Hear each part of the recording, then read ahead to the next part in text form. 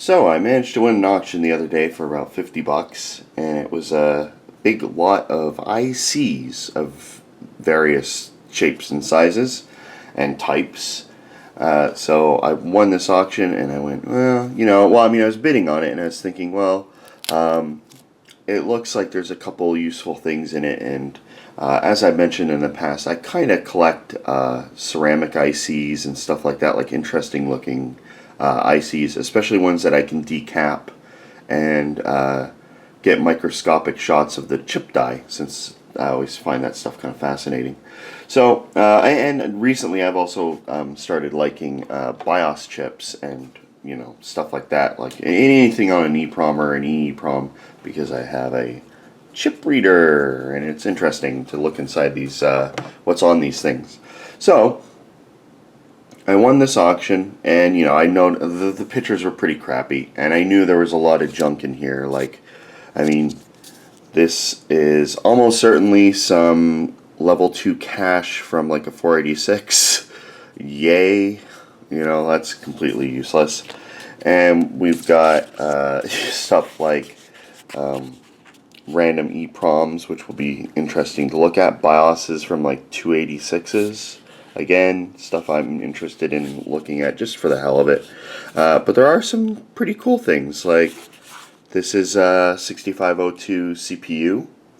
And over here we've got this unique package that I have never seen before. This is a metal can, but it's like, look at it, there's like a PCB underneath. Now it's very similar to these older style aluminum capped ones, which are used by IBM and a bunch of other companies. These are labeled IBM, I believe. And I just thought this was very interesting, because at first it looked like one of these watch, or the real-time clock batteries, and it's not. I did get a couple of those though, which are useless, but hey. So I've got some other oddball things here. It's probably a gal, or actually this thing says 64 by 8. It might just be a label for some memory. And some weird ass EEPROM, like who knows where that's from, 1989. Should be cool to look at. These are all memory chips. More BIOSes from like 286s. Again, it's all kind of boring stuff, and it's certainly not worth 50 bucks at this point. The 6502s are worth a little bit, not much, like a couple bucks, but here we've got a 286. Now this came with a bunch of 286s, and some of them are like ripped apart, because obviously they did not have a PLCC extractor when they took these out. They just probably snapped them out of the motherboards. So yeah, those are good for opening up. And we've got a whole bunch, like whatever this one is, no idea. A lot of these I can't find any information on, but 1988, and more random, mostly memory. I mean, these are parts from like a Commodore 64. I believe all these TMS 911 chips are all VGA controllers, or just like video controllers, really old ones. So they're pretty useless, but I'll keep one to open up.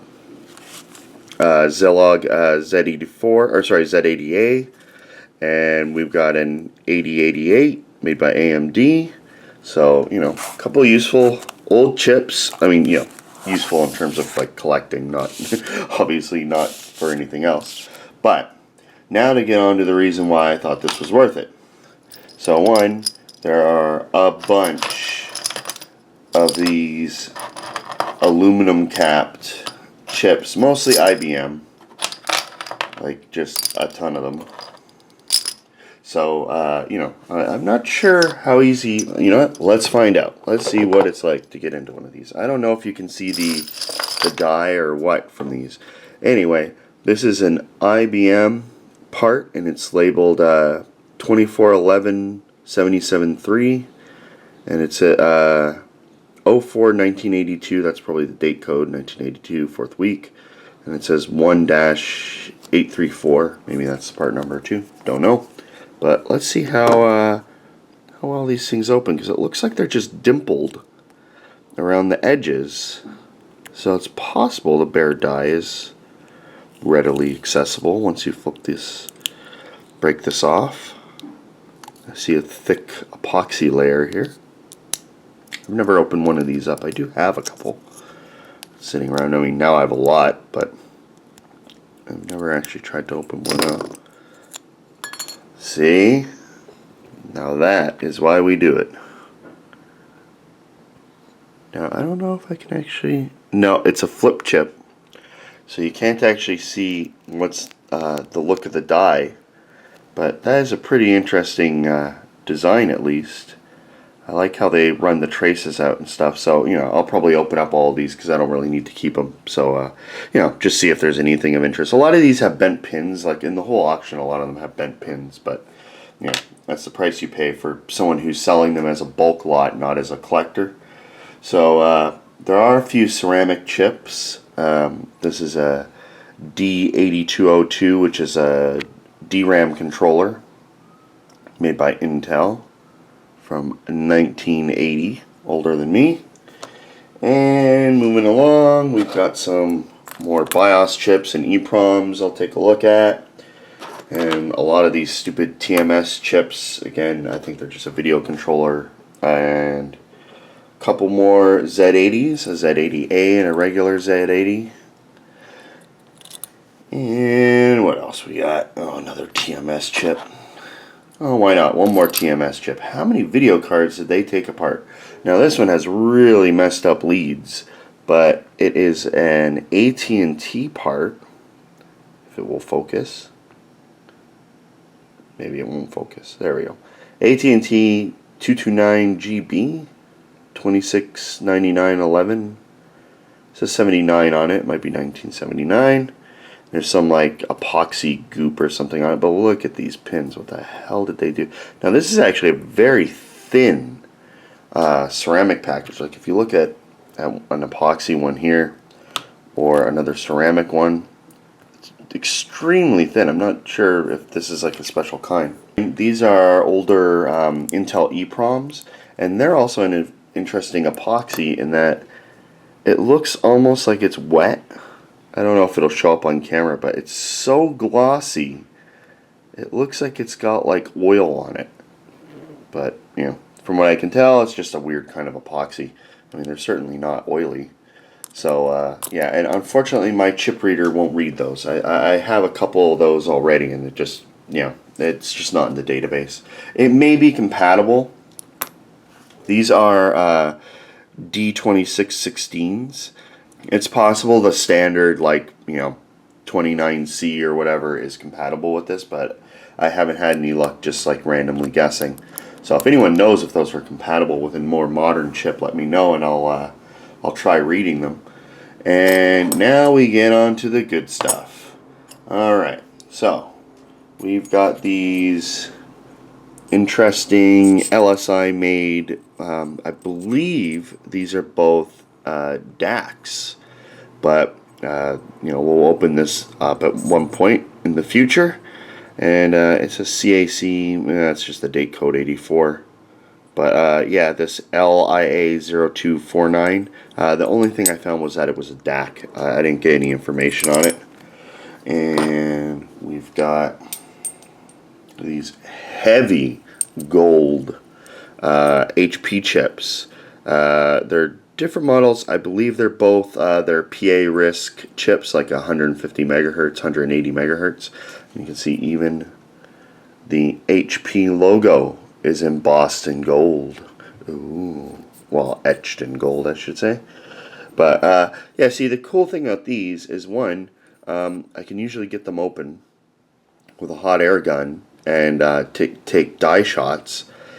And I can just keep the top and the whole thing, and then just put them in the junk bin, my scrapped gold bin, and I'll be able to resell all of this stuff in the future as gold for extraction. Because, yeah, people buy huge bulk things of gold chips and then use dangerous chemicals to get all the gold out, and I don't want to have to go through that. Although I do find it interesting. I have watched a lot of videos on it. I just, you know, it's just too much work. And my thing is, where the hell do you sell the gold? Like, where do I take the gold? You know, like, I know there's all these places in the city that say we buy gold, but how do I know I'm getting a good price? It just does not seem like I'll ever break even on that. So um, I've got an IBM manufactured PowerPC 601. This isn't too interesting. It's like 100 megahertz PowerPC 601. This is in a lot of Apple products, and it is removed improperly. It's kind of all beat up. I have a nicer one in my drawer up there. I've also got this very nice focus Fujitsu manufactured 186 from 1985 with the nice flip chip gold press in connector, grid array, a land grid array, or whatever the hell they're called. And yeah, it's a very nice one. I don't have too many 186s. Actually, I don't think I have any ceramic ones. And moving along, we've got a couple of these. Let me get the others. They're very heavy on these like ceramic hybrid modules. These are HP chips, and again, I think these are their RISC CPUs. I looked up the numbers, and I've already forgotten what they were, but they were like their CPUs. And yeah, they've got these big metal plates on top that have screws, so you can attach a heatsink right to it. And look at the interconnect. I mean, that's just nuts. I mean, that looks like the G5 chips, like a million freaking connections. I don't know if these were meant for.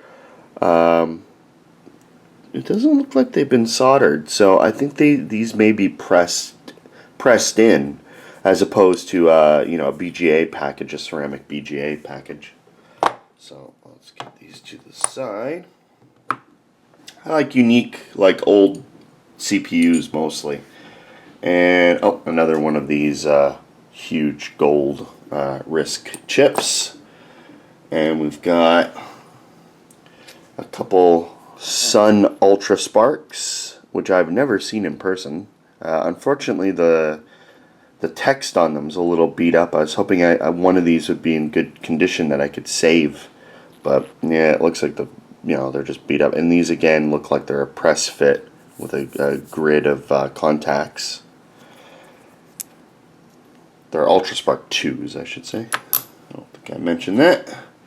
And this one, I don't know what happened to this, but this is supposed to be gold on the edge. I don't know what, like if this was corroded or something, but I mean the rest of the gold seems okay, except for at the edge here, look. You can see it's been eaten away. So I don't know what happened to this one. Maybe it was exposed to some kind of chemicals or something. But, and yeah, so much for keeping this. But this is another HP, like, PA-RISC series. And, yeah, this one's definitely up for destruction since it's in such bad physical condition. And what else? Oh, yeah, we've got this LSI Logic custom ASIC made for Cabletron system. So this might be, like, from an early...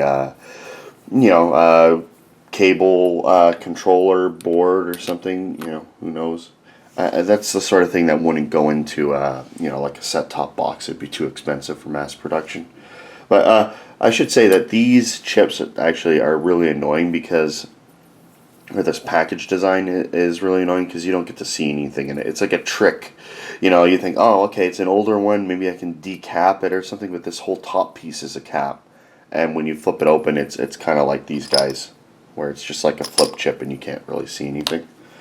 And what else? Okay, and we've got this really, really cool LSI custom chip made for Silicon Graphics.